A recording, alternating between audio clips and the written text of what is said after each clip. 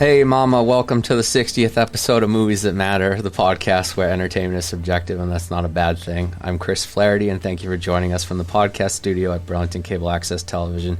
Today we'll be discussing the 2007 musical comedy Hairspray. The film was directed and choreographed by Adam Shankman and written by Leslie Dixon. It was released on July 20th, 2007 by New Line Cinema.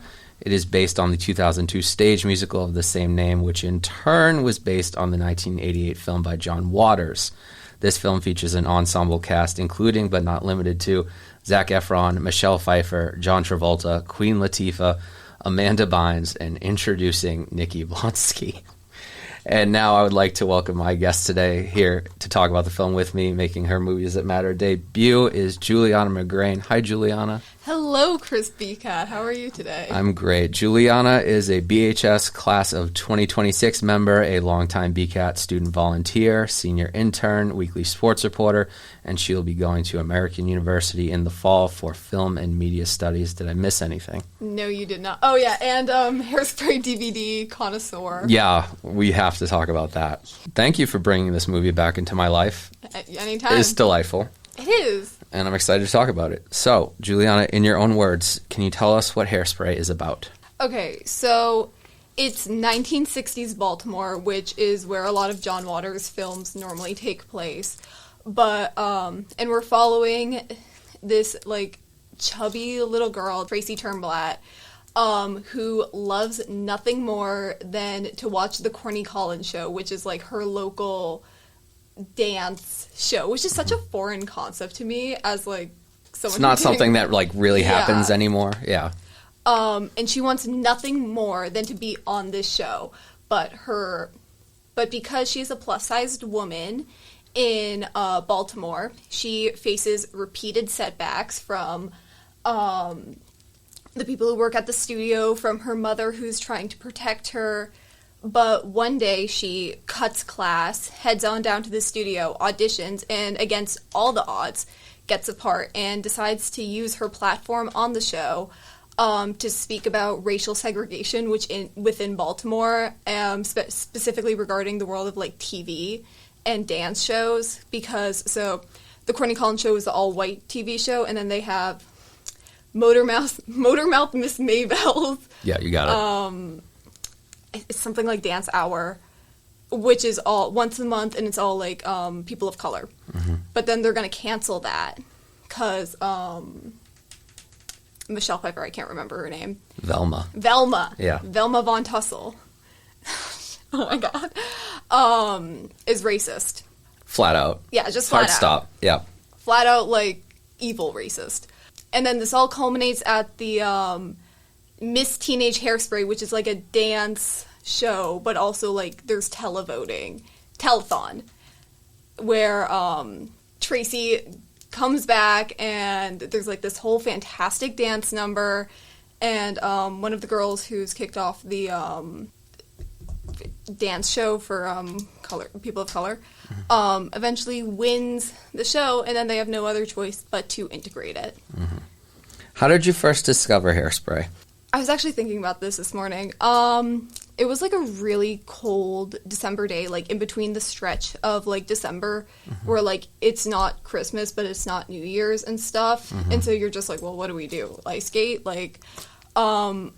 My mom and my dad were just tired of looking after me and my sister. It was 2016. I was about 8 years old, and they just put this on, and I remember watching it, and I was transfixed. I've always loved theater. I've always loved camp mm-hmm. and stuff, and this was just kind of and I've also really loved vintage retro things, and this mm-hmm. just kind of threw all of that together in mm-hmm. a blender.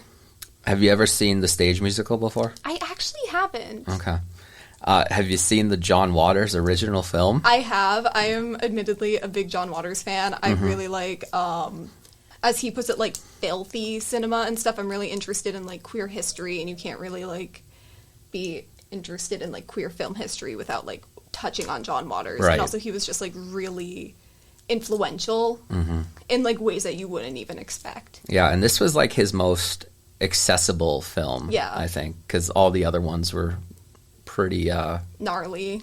Yeah, that's one word for it. Yeah. Yeah. Like, this one had Debbie Harry of, like, for the viewers or listeners at home, I am grabbing my original Hairspray DVD. Mm-hmm. It has, like, Debbie Harry from Blondie and stuff in it. So what do you think the original does better or worse than the remake? Is the original a musical? I don't know. It's not. Okay. I definitely think that the original is a lot, like, grittier and edgier and stuff. There are, like, a couple scenes that read very weirdly to, like, a non-19... like, a modern audience and stuff. But, like, obviously... suspension of disbelief, you know that these characters are in the 60s and they're white and they're trying their best. But, like, there's a scene where I think, like, Tracy and Link, like, hold hands and they look at each other and they're like, but our souls are black and stuff. And it's like, oh, okay. So, like, I definitely do think that the remake softened a lot of the edges, which can kind of be a good and bad thing. Yeah. But, yeah. Okay. We talked about it, you watched it in a Christmas in December of 2016. Yes. What really sticks out with you when you watch this film? I think that something that really sticks out to me, there are a couple things. I think that it's a really, really tight film. Like, there's a lot of musical numbers, there's a lot of cast members, and it's kind of like a kind of crazy plot that goes a lot of places and stuff. And obviously the musical numbers. I think that this movie does a really good job of, like, honing itself in and, like, not really meandering or whatever. It really, like, it's quite tight. And also I think that they have a really stacked cast.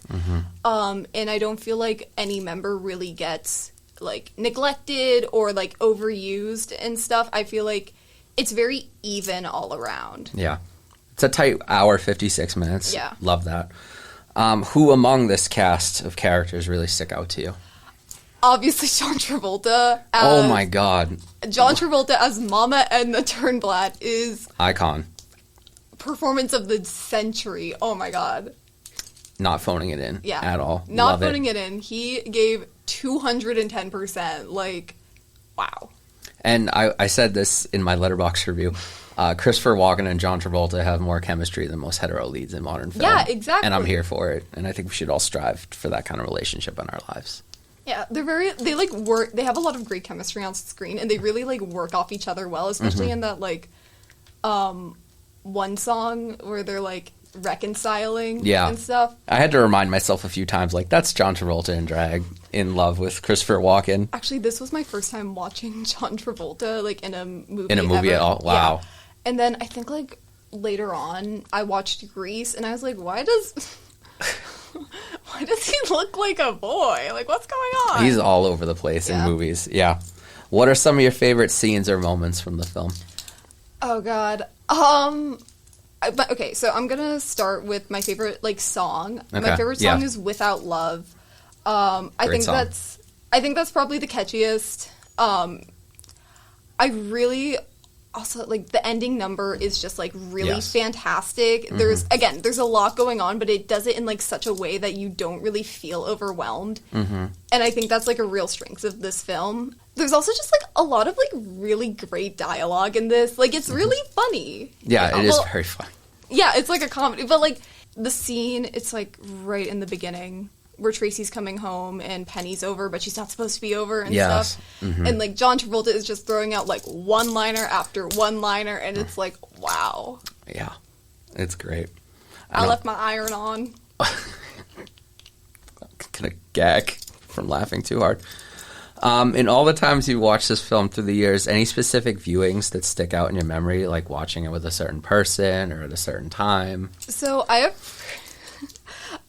unintentionally so, if you want to, like, be, like, my buddy and stuff, if you want to be, like, one of my close friends, you probably have had to watch this movie with me at some point, just because it's, like, a really easy watch, and it's not, like, really something very, like, challenging where you're like, oh, okay. I think probably my most recent watch was also probably one of my favorites because I had just got my wisdom teeth removed and I was doped up on painkillers. Happens. Yeah, and I was like kind of in and out of it and stuff, and I was like singing along to every song. Incredible. Yeah. Wow, you and the missus would get along because she was singing a lot word for word last night when we were watching this. That's awesome. Shout out to Ashley. What inspires you to rewatch the film? I think it's just such a feel-good film.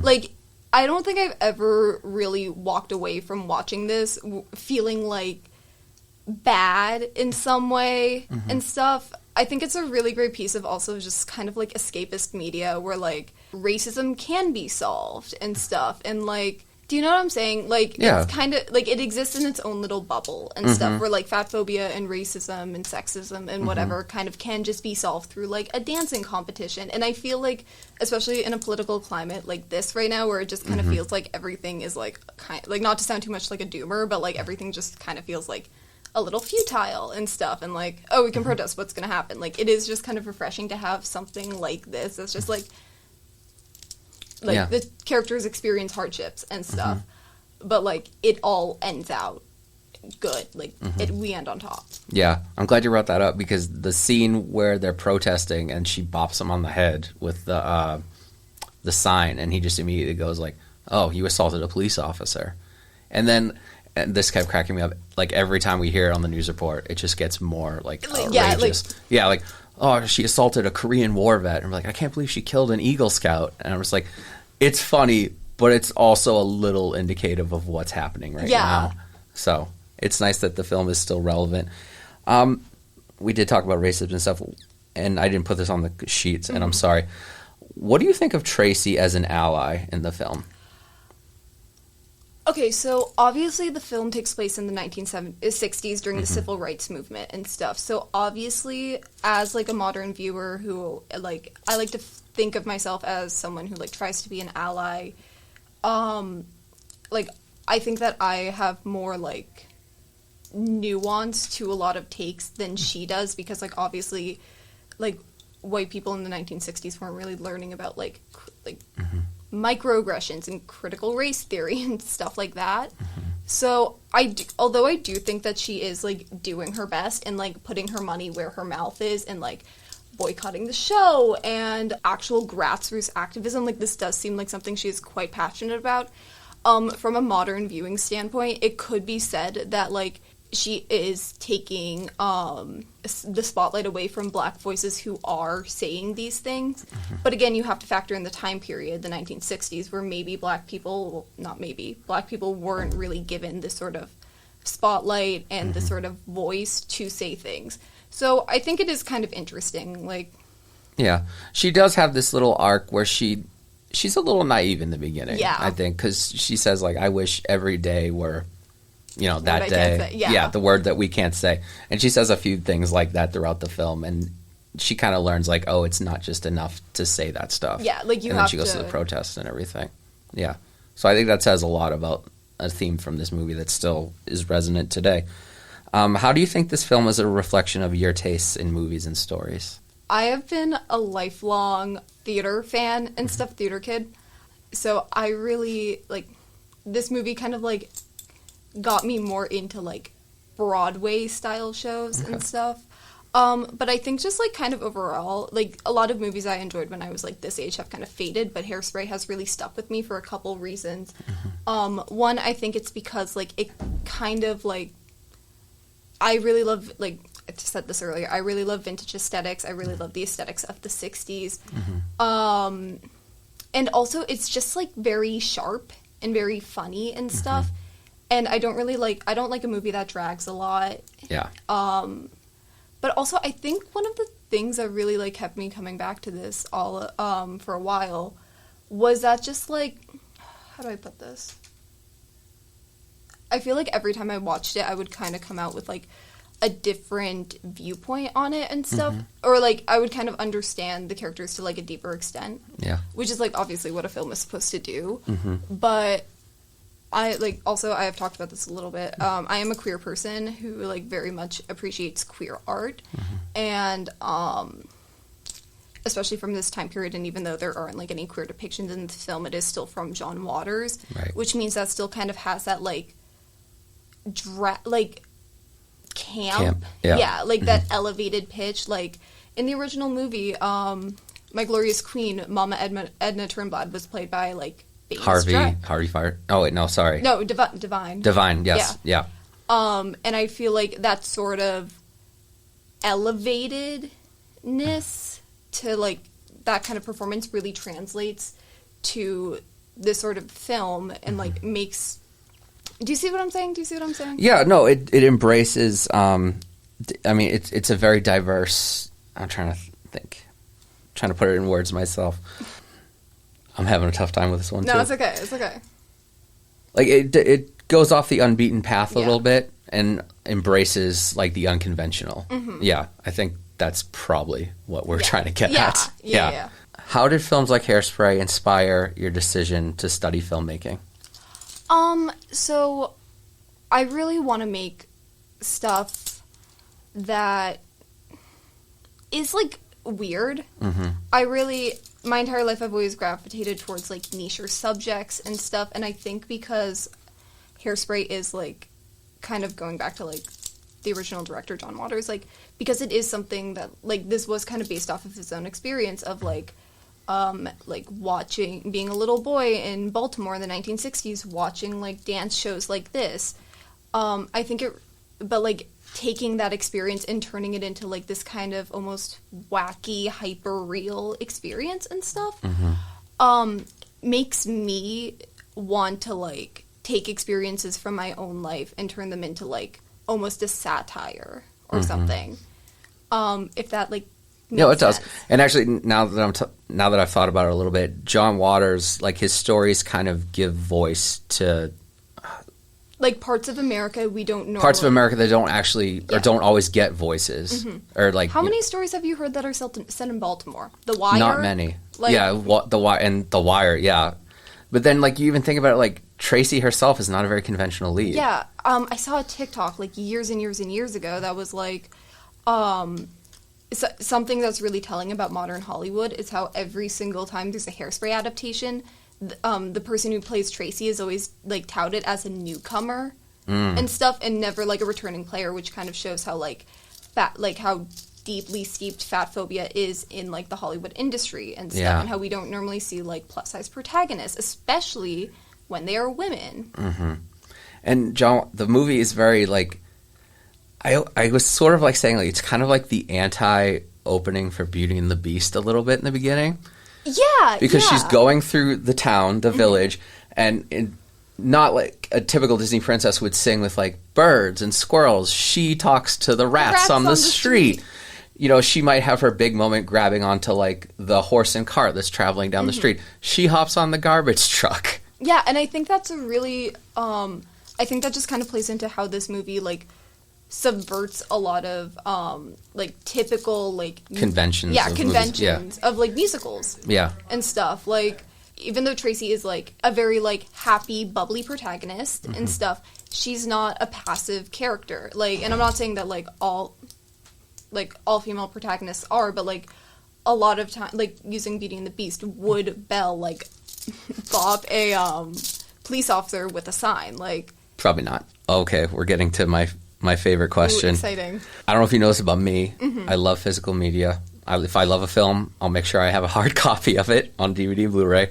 As someone who's going into film and media studies, what are your thoughts on this streaming epidemic where films are often held behind the paywalls of streaming services, pulled offline at random, limiting their availability? Just for an example, this film is not on streaming right now. I would either have had to buy it digitally, which you know you don't own. I know. Again, shout out to the wife, had a DVD copy of it. Before I get your opinion on the streaming epidemic, Giuliana, do you own a physical copy of Hairspray? Some could say I own 1 or 17.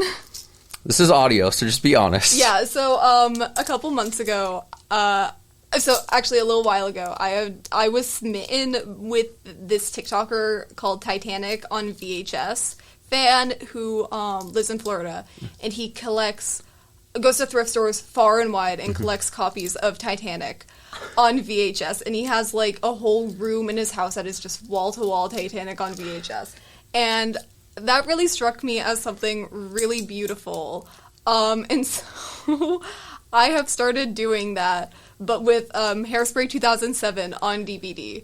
Right now, next to us, there are 17 copies. One Blu-ray, one of the original 1988 version, and one of like a recorded NBC version that was like live. So I have a lot of them. Beautiful. I love it, Thank honestly, you. because, you know, physical media, we love physical media. Sometimes the discs wear down. I don't think you have to worry about that. Yeah, no. Because you have backups. Yeah, I have backups on backups. Yeah. All right, so what's your thoughts on the current streaming epidemic? I think it's really disheartening to see that, like, work that people have put in for years and months, like, to see that that can just go away in an instant. Like, I feel like a place where you see this most common is in animation and stuff. Like, this one show I really loved growing up, like, Mega XLR and stuff on Disney XD. Really fantastic show. Completely, like, wiped off the internet, not on Disney Plus, not allowed to be sold or seen anywhere because it was just used as a tax write-off because it didn't shoot up like right away. And I think that's really scary to a lot of like people like me who are creatives, who want to get stories out there and who want to write and create their own work, to see that all of the work that you maybe like poured your heart and soul into can just be like gone, and there is nothing you can do about it. Yeah. It's not fun. No, not at all. So, if you love a movie, buy a few copies. Yeah. Maybe 17. Maybe 17. Where did you find these 17 copies? So, I'm a thrift store enthusiast. Nice. So, these have been bought at Thrift Plus in Wilmington, Massachusetts, Cool. Savers in Wilmington, Massachusetts, the Used Bookstore in Incredible. Burlington, Massachusetts, where I actually found 4 the other day and didn't buy them. I didn't buy them. I was thinking about it, but I didn't. Just made me think about the Titanic on VHS TikTok. There's a guy, I don't know if it's the same guy. He has thousands of copies of Shrek on VHS, and he's constantly opening the prize pack to see if he gets the Kia Sedona. Oh, that's fun. And he just keeps getting the free Baskin-Robbins ice cream, which might not even be. That's not even a bad thing. He's probably set. No. But I'm just amazed at how many copies of the original Shrek VHS he has. Another heavy topic, I guess. Introducing Nikki Blonsky. Not the most controversial star in the world, but she's had her moments. How do you separate the art from the artist when you watch this? Okay, so for the people who aren't as well-versed in the Hairspray lore, who aren't real sprayers like I am, in 2007, Nikki Blonsky committed a hate crime at an airport against a former America's Next Top Model, I think, contestant, in Turks and Caicos. And since that event, like, she's kind of gone down this path of, like, ruin, I guess. Like, she doesn't really get a lot of work, and I think her main stream of income is cameos. Yeah, she's big on Cameo. Yeah, she's real big on Cameo. Yeah. So, it is really hard, right? Because she is the main character, and you are, like, staring at her beautiful face for most of the movie. I think that, like, number one, I'm buying all of my copies secondhand. So I know personally that I am not giving her any money. But also, like, I just kind of know that she's, like, playing a character and stuff. Like, I know that my girl Tracy Turnblad would not commit a hate crime in Turks and Caicos. But Nikki Blonsky, it's like that one saying, like, Bruce killed that guy, but Caitlin, she never hurt a fly. Wow. You never heard that? No. Wow. Okay. I have tears in my eyes. Okay. Wow. All right. Learn something new every day. It is a shame, though, because she is great in this movie. She really is. Yeah. She's very, like, bubbly and brings a sort of, like, energy to, like, every single scene that she's in, like, this positive energy and stuff. And, like, I have seen the other movie that she's been in. It's called something like Big Girls Don't Play something. I don't remember what it's called. I can't remember. Yeah, it was like a Lifetime movie or something. Not good. And she's just also not as good, I feel like, because her very, like, chipper, cheery performance and stuff really works in this movie, where everything just is that little teeny bit elevated and stuff. Like, instead of working things out and getting her fired, like, Amber Von Tussle goes to her house and gets her, like, tries to get her dad to cheat on her mom. Like, yeah. Like, and I feel like in this sort of kind of wacky world, that sort of performance really, like, comes through more than in, like, a more grounded story like the other one she was in that I can't remember the name of. The only other thing I remember her being in, and I never watched it, I just saw all the promotion for it, it was like an ABC Family freeform show, and ABC Family freeform show, and I think it was very much like, oh, it's a plus-size woman trying to make it, you know. Yeah. One of those shows. I think... Like an Ugly Betty type thing? Yeah. Is that too dated of a reference? No, I got you. Got you. I do think that is something that did kind of hinder her career, is that because she played Tracy Turnblad, who is, like, very prominently, like, a plus-size girl, like, that's probably one of her biggest character traits and stuff. It did kind of pigeonhole her into roles that are kind of more centered around, like, her figure and her weight, which I don't think, personally, anyone should have to do. Right. But I feel like, especially if you're coming off of, like, kind of a big movie like this, and you're trying to, like, get more roles, get your name out there, being pigeonholed like that can be really unhelpful when, especially, like, this was made in the 2000s, obviously, and stuff, and we know that, like, the 2000s really, like, the culture in the 2000s really, really valued, like, this sort of, like, Coke skinny, like, body type and stuff, and there weren't many stories for plus-size girls like her. Yeah. So... It's a shame, because I remember, like, watching on the news, like, someone recorded her working at, like, her day job when she found out, like, a little, you know, it would have been a viral moment these days. But she was, like, so happy. Yeah. Also kind of shocking for me as a 90s kid to see Amanda Bynes in this movie. Yes. So, Amanda Bynes is also someone I keep, like, kind of tabs on and stuff, because I find her very interesting and stuff. And this is, like, I think this is her second to last big role before she quit acting. Which is another sad story in its own right. Yeah. Let's move on. Let's do some happier things. Yeah. Do you have any favorite pieces of trivia on the film that you'd like to share? This is from the IMDb page, and sure, that counts. My dad read it to me, like, years ago, and I just thought it was so funny that like stuck with me. During, like, rehearsals, they called "You Can't Stop the Beat," which is the last number. "You Can't Stop to Breathe," and stuff, because it's just like it's going so fast, and you're like dancing, and you're like, whoa, whoa, whoa. And I know there is a John Waters cameo. I was gonna say that was the one I was gonna share. Ah, damn. He's the flasher in the opening song. Yeah.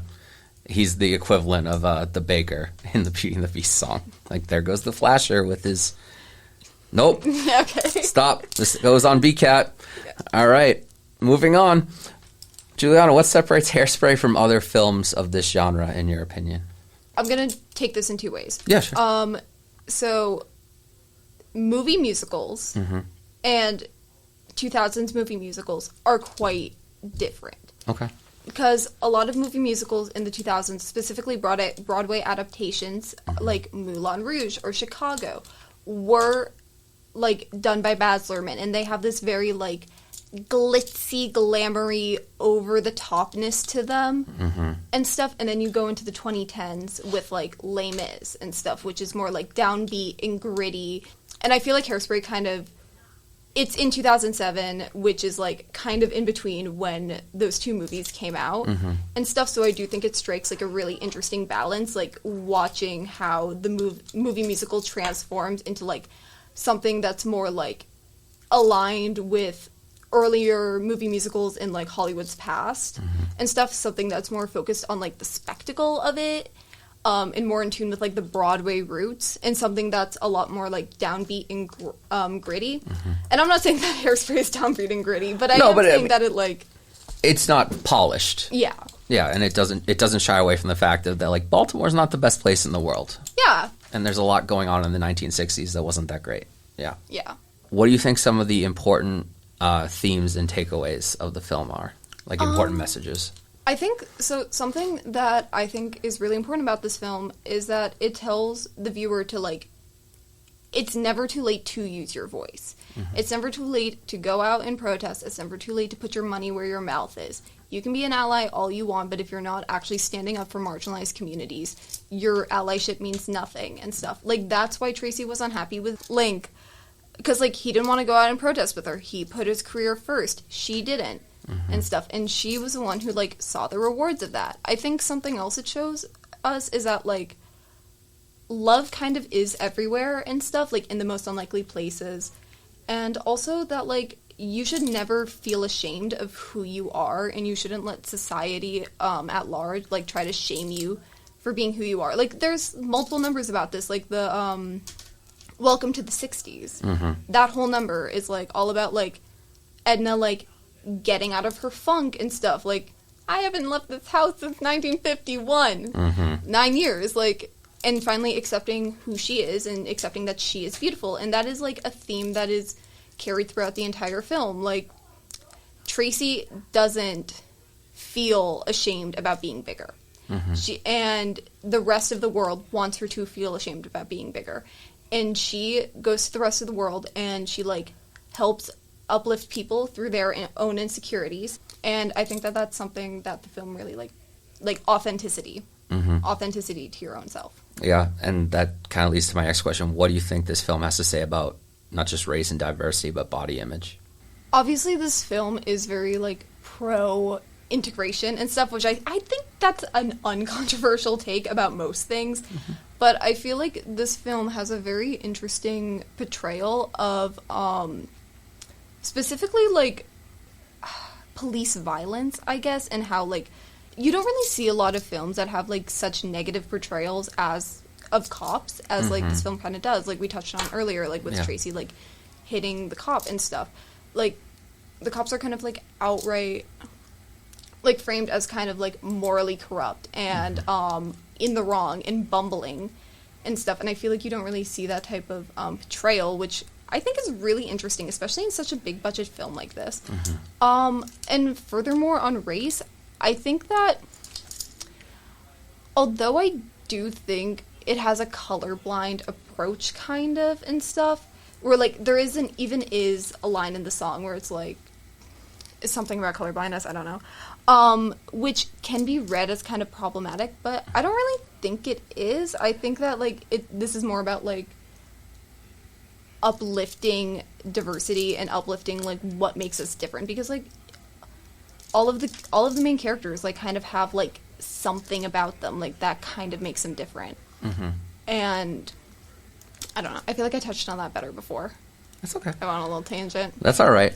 And this is something I thought about last night, what are your thoughts on John Travolta being in the fat suit for the role, opposed to, like, just getting a plus-sized man to do drag? This is something that I see get brought up whenever Hairspray is, like, talked about online, is that, like, if you ever look up posters of Hairspray, John Travolta, like, progressively, like, gets bigger and bigger, like, his, like, they're blowing him up, or his image on the... his image right here just gets, like, progressively, like, bigger and bigger and stuff. Oh. And so, I think that, like, from a marketing perspective, they did really need to have that, like, big name to draw people in and stuff, but I don't love that he was in a fat suit. I feel like they could have hired, like, another plus-size actor from, like, Broadway, or even, like, a drag performer in something, because that is a drag performance. Yes. And stuff. And there are, like, many plus-size queens, but, like, maybe 2007 wasn't ready for that. And I don't even know if 2026 is. But I do understand why he was picked, and he did do a great job in the role, but women's bodies, and especially, like, plus-size women's bodies, are often, like, used as a butt of a joke a lot and stuff, and aren't really represented. I feel like that kind of, like, having this female character be played by a man can kind of, like, tune into some negative stereotypes about, like, fat women and stuff. But I don't really think that they're, like, portrayed in this film, if you know what I'm saying. Yeah. One moment that really stuck out to me was when she wants Tracy to come home from the party. Yeah. And then Mabel kind of bribes Edna with food to stay. And I'm like, I see both the plus and negatives of that, because, like, oh, you're bribing a plus-size woman with food, but then it's like, oh, she is now in an environment comfortable enough where she can eat, you know? Yeah. I think it depends on how you look at it. That is something about this film where, like, it is kind of a double-edged sword where, like they are putting her in an environment where, like, she can feel comfortable about herself and she can feel comfortable in her body and about what she puts into it and stuff, but also, like, looking at that from, like, a perspective of, like, media literacy, or, like, of, like... Media literacy. Yeah, media literacy, I guess. You can see how that, like, that trope kind of, like, portrays some, like, negative stereotypes about, like, fat women and stuff. What do you think makes this film still relevant today? So this is kind of a random thing, but I did rewatch this with my sister a while ago. Like, this, probably a long while ago. And she said that, like, the dance shows kind of reminded her of, like, TikTok dances and stuff. And even though, like, that is, like, a very minor aspect, I feel like that sort of dancing culture has still been, like, implemented. And I know especially, like, in 2020, at least that's when I was paying attention to this, a lot of, like, very viral TikTok dances were getting stolen from more popular white creators.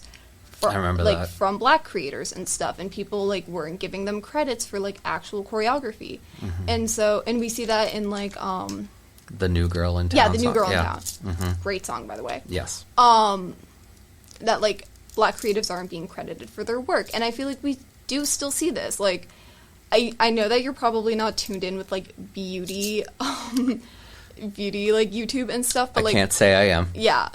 And that's fine. We support you. Thank you. But right now, like, a very famous black makeup artist painted by Esther, her technique is being stolen by, like, another more successful makeup artist, Patrick Ta, and stuff. And so I feel like there is this sort of, like, very long-standing cultural history of stealing from black culture and stealing from black people and not giving them proper reparations. And that is just, like, kind of a littler part of this movie, but I think it is something that really, like, rings true and still feels very modern.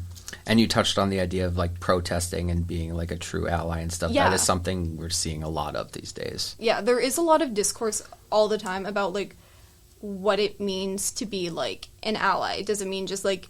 So I'm a Euro fan and stuff. Like, I love Eurovision, but I personally do not support the state of Israel, and I do not support what they are doing in Gaza right now.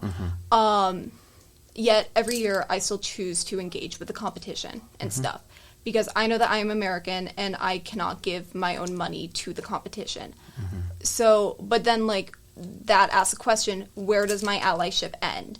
I could turn off the thing that I like for a while and choose to, like, go out and protest or donate or do something for people who are struggling, or I could watch the thing that I am invested in and still claim allyship. So it is, like, kind of a nuanced thing. Like, do you culturally support, like,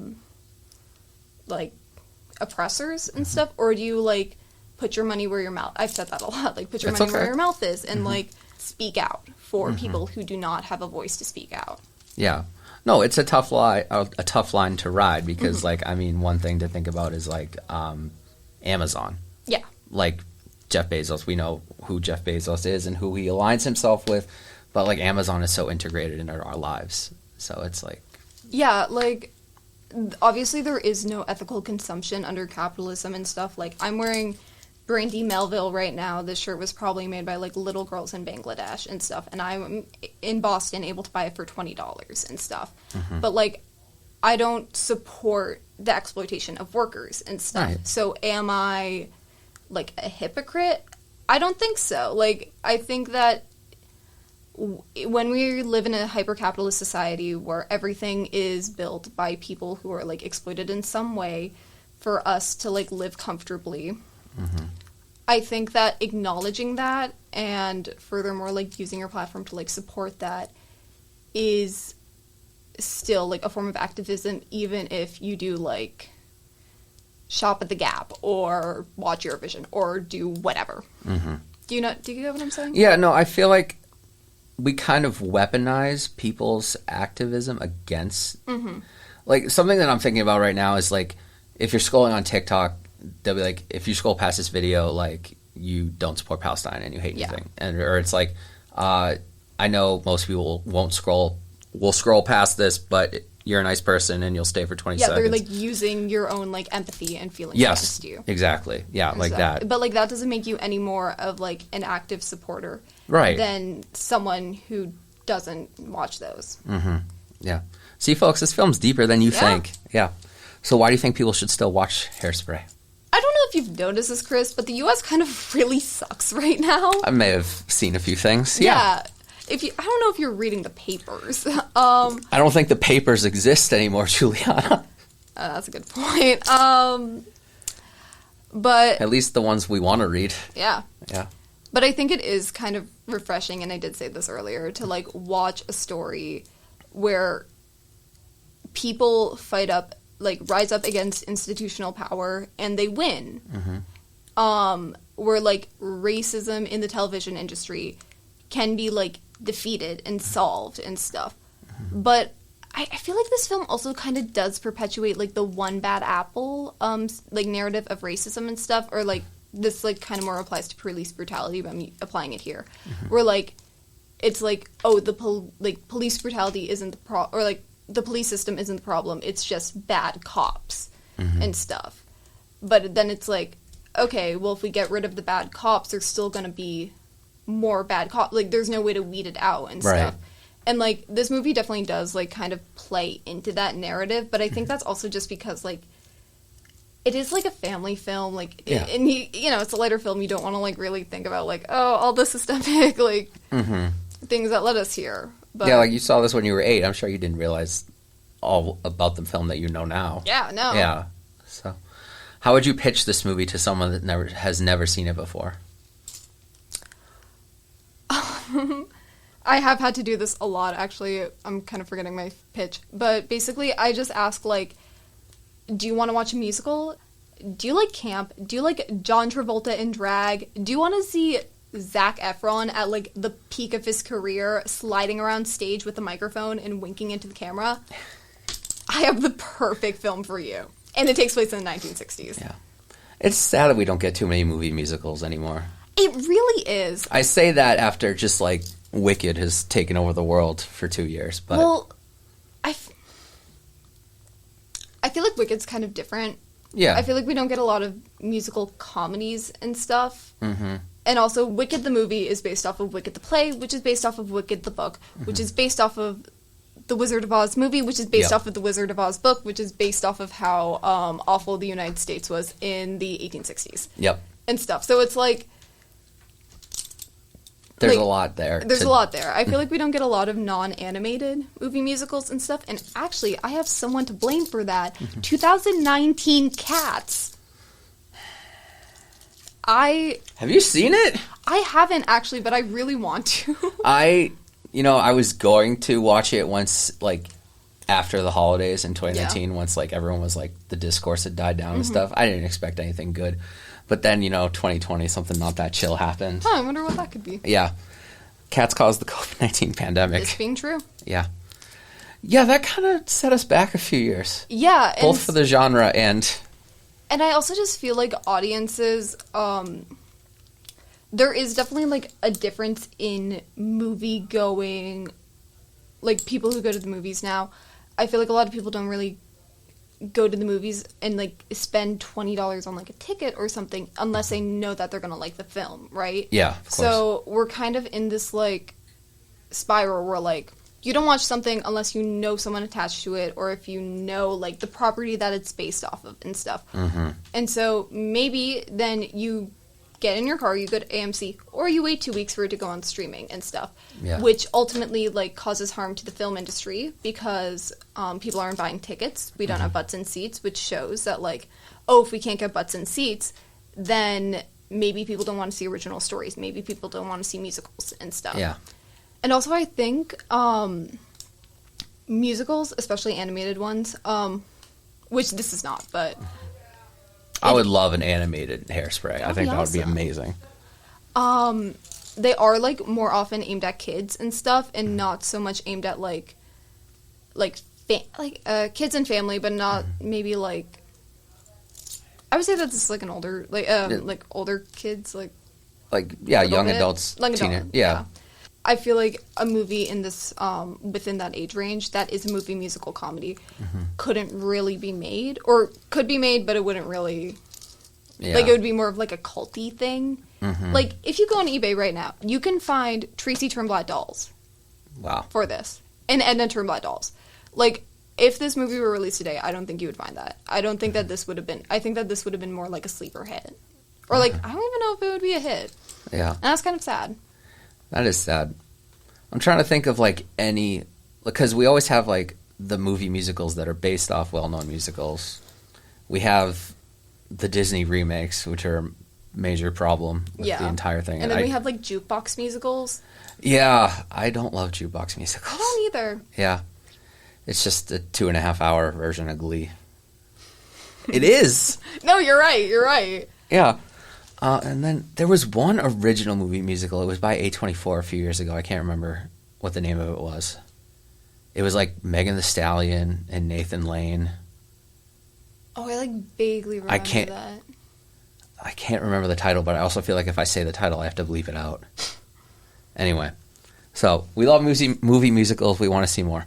And final question, Giuliana, why does Hairspray matter to you?